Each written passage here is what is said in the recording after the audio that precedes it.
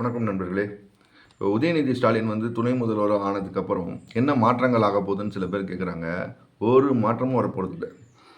அதே தரமற்ற மருத்துவம், அதே தரமற்ற கல்வி, அதே தரமற்ற சாலைகள் எதுவுமே ஒரு ஒரு ப்ராப்பராக இருக்காது. ஏன்னா எல்லாத்துலேயுமே சுரண்டல், கமிஷன், கரப்ஷன், கலெக்ஷன்.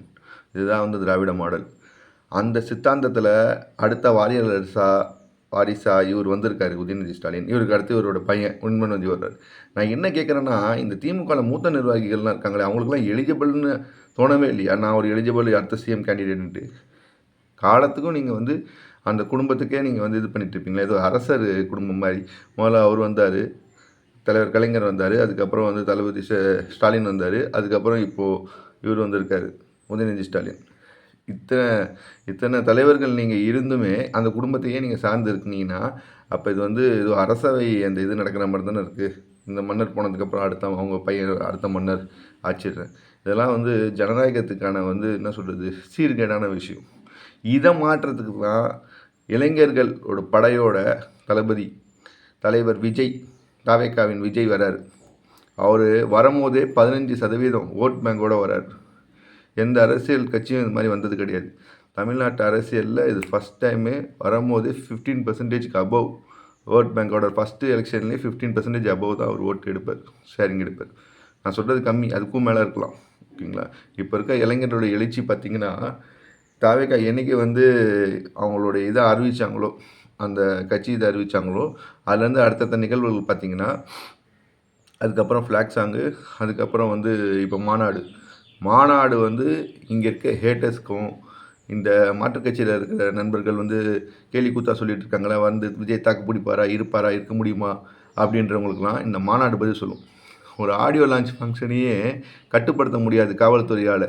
இவ்வளோ பெரிய மாநாடை திணறிடுவாங்க. அதனால தான் பயப்படுறாங்க.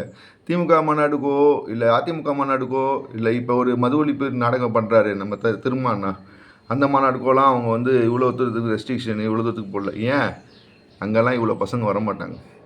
அங்கே வர்றது எல்லாமே கொஞ்சம் வயதில் முதிர்ந்தவர்கள் தான் வருவாங்க. ஏன்னா இளைஞர்கள் அதிகமாக இருக்கக்கூடிய ஒரே கட்சி இன்றைக்கி தமிழ்நாட்டில் யாருன்னு பார்த்தா 2 கட்சி சொல்லலாம். ஒன்று எங்களுடைய தாவேக்கா, 2வது நாம் தமிழர் கட்சியில் அண்ணன் சீமானும் ஒரு கணிசமான இளைஞர் பட்டாளத்தை வச்சுருக்காங்க.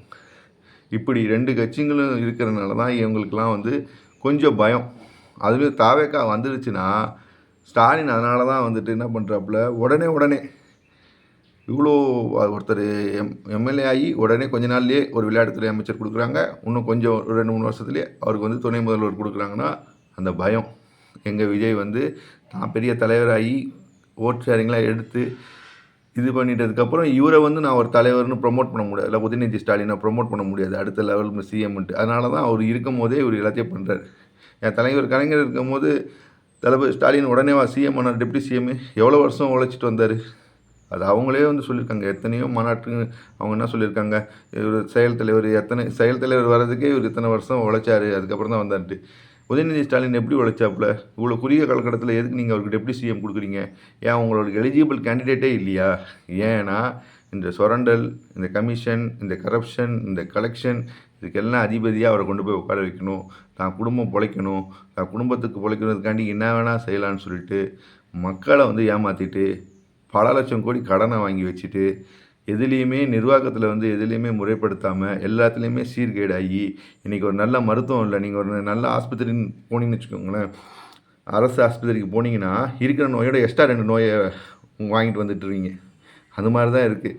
அதில் இருக்க மெடிக்கல் எக்யூப்மெண்ட்ஸ் க்ளீனாக இல்லை, மெடிசன் எல்லாம் எக்ஸ்பைரான மெடிசன் வச்சுட்ருக்காங்க. அதை கேட்டால் இல்லை வந்துட்டுருக்கு ஸ்டாக்கு அப்படின்றாங்க.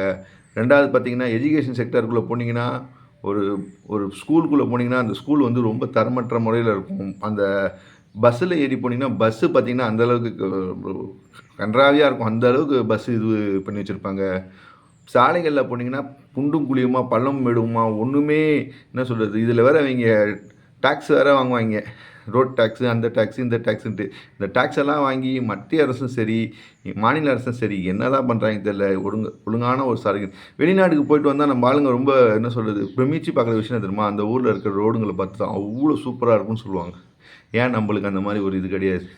இந்தியாவில் இருக்க ரோடு என்னைக்கா நம்ம பார்த்துட்டு வாவ் செம்மையாக போட்டிருக்காங்கன்னு சொல்லியிருக்க முடியுதா? புதுசாக போட்ட ஹைவேலேயே ஒரு வாரம் கழிச்சு தாரை பிச்சு காட்டுறாங்க. ஏதோ இது பிச்சு காட்டுற மாதிரி, ரப்பரை பிச்சு காட்டுற மாதிரி. அந்த லட்சணத்தில் தான் இவங்களுடைய அந்த சாலை மேம்பாட்டு இதெல்லாம் திட்டங்கள்லாம் இருக்கும். அதில் ஏன்னா அவர் ஃபுல்லாக கரப்ஷன், ஃபுல்லாக கமிஷனு. அந்த மாதிரி ஒரு மோசமான ஒரு என்ன சொல்கிறது, நிர்வாக சீர்கேடான ஆட்சி தான் இந்த திராவிட மாடல் ஆட்சி.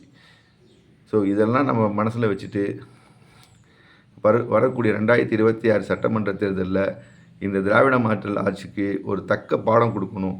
அதுக்கு இளைஞர்கள்லாம் ஒன்று திரண்டு நம்மளோட தாவேகா மாநாடு அக்டோபர் 27 விக்கிரவாண்டி வி சாலையில் நடக்குது.